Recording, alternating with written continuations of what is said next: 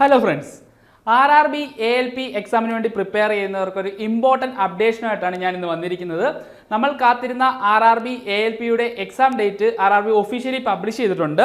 CBT 1 exam വരുന്നത് June മുതൽ August വരെയുള്ള മാസങ്ങളിലായിട്ടാണ് CBT 1 എക്സാം വരുന്നത്. അപ്പോൾ നമുക്ക് ജൂണിൽ തന്നെ എക്സാം ഉണ്ടാകും എന്ന് കരുതി തന്നെ നിങ്ങളുടെ പ്രിപ്പറേഷൻ മുന്നോട്ട് കൊണ്ടുപോവുക. അപ്പോൾ ഏകദേശം 5 മാസമാണ് ഇനി നിങ്ങളുടെ മുന്നിൽ കൃത്യമായിട്ടുള്ളത്. അത് കഴിഞ്ഞിട്ട് CBT 2 എക്സാം ഷെഡ്യൂൾ ചെയ്തിരിക്കുന്നത് സെപ്റ്റംബർ മാസത്തിലായിട്ടാണ്. അതായത് CBT 1 കഴിഞ്ഞ ശേഷം ഏകദേശം 1 മാസങ്ങൾക്കുള്ളിൽ തന്നെ CBT 2 എക്സാമും ഉണ്ട്.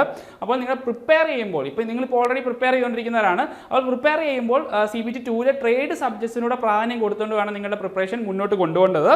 അതുപോലെ CBAT ടെസ്റ്റ് വരുന്നത് നവംബർ 2024 CBAT വരുന്നത്.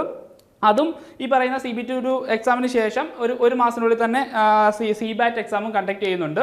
അപ്പോൾ അതിനുശേഷം ഡോക്യുമെൻറ്റ് വെരിഫിക്കേഷൻ വരുന്നത് നവംബർ ഡിസംബർ മാസങ്ങളിലായിട്ടാണ് ഡോക്യുമെൻറ്റ് വെരിഫിക്കേഷൻ വരുന്നത്.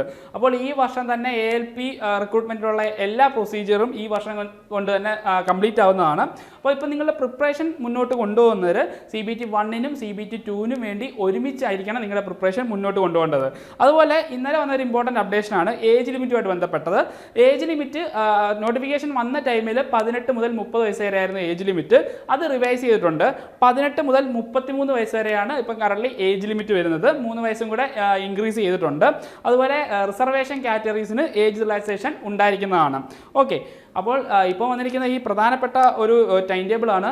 നിങ്ങൾ എല്ലാവരും കാത്തിരിക്കുന്ന എക്സാം അല്ലേ RRB ALPയുടേത്. അപ്പോൾ കൃത്യമായിട്ട് അവർ എക്സാം ഡേറ്റ് വരെ നിങ്ങളുടെ മുന്നിലോട്ട് എത്തിച്ചിരിക്കുകയാണ്. അപ്പോൾ നിങ്ങളുടെ പ്രിപ്പറേഷനും ഈ പറയുന്ന വേഗത വേണം. അപ്പോൾ CBT 1 നമുക്ക് ജൂണിൽ തന്നെ ഉണ്ടാകുമെന്ന് പ്രതീക്ഷിച്ചുകൊണ്ട് തന്നെ നിങ്ങളുടെ പ്രിപ്പറേഷൻ മുന്നോട്ട് കൊണ്ടുപോവുക. 5 മാസമാണ് ഇനി നിങ്ങളുടെ മുന്നിലുള്ളത്. നിങ്ങൾക്ക് വേണ്ടത് ഒരു ചിട്ടയായ ഒരു പഠനമാണ്. കാരണം സ്ട്രാറ്റജിക്കായിട്ട് സിസ്റ്റമാറ്റിക് ആയിട്ട് സിലബസ് ഓറിയൻറ്റഡ് ആയിട്ടായിരിക്കണം നിങ്ങളുടെ പ്രിപ്പറേഷൻ മുന്നോട്ട് കൊണ്ടുപോകേണ്ടത്.